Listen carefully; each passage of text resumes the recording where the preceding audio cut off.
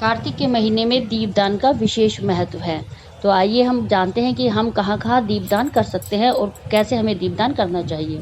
देखिए, तुलसी में तो दीपदान करना कंपल्सरी है। तुलसी की पूजा तो आपको सुबह और शाम करनी ही है। शाम को भी आपको तुलसी के नीचे घी का दीपक जलाना है और सुबह भी घी का दीपक जलाना है। फिर हम दूसरा दीपदान कहाँ कर सकते हैं? हम अपने दरवाजे के दोनों गेट के दोनों तरफ हम दीपदान कर सकते हैं।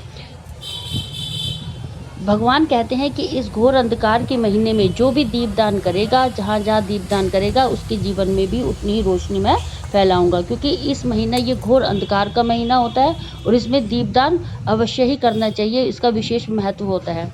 दीपदान हम केले के वृक्ष के नीचे भी कर सकते हैं। हम पीपल के वृक्ष के नीचे दीपदान कर सकते हैं।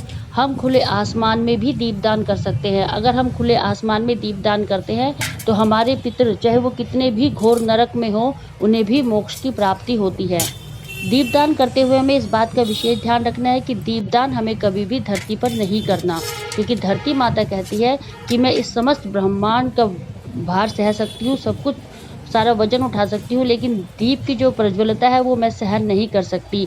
इसलिए जब भी हम दीपदान करें तो हमें या तो गेहूं की ढेरी या चावल की ढेरी हमें रखनी है और उसके ऊपर हमें दीपक को रखना है। अगर ये संभव नहीं है तो हम किसी प्लेट में या कटोरी में भी दीपक को रख सकते हैं, जिससे जो दीपदान है वो धरती पर नहीं होगा और जो उसका भार है वो हमारा चावल की ढेरी पर या गेहूं की ढेरी पर हमारा आएगा और सुबह उन चावलों को हम पक्षियों को डाल सकते हैं।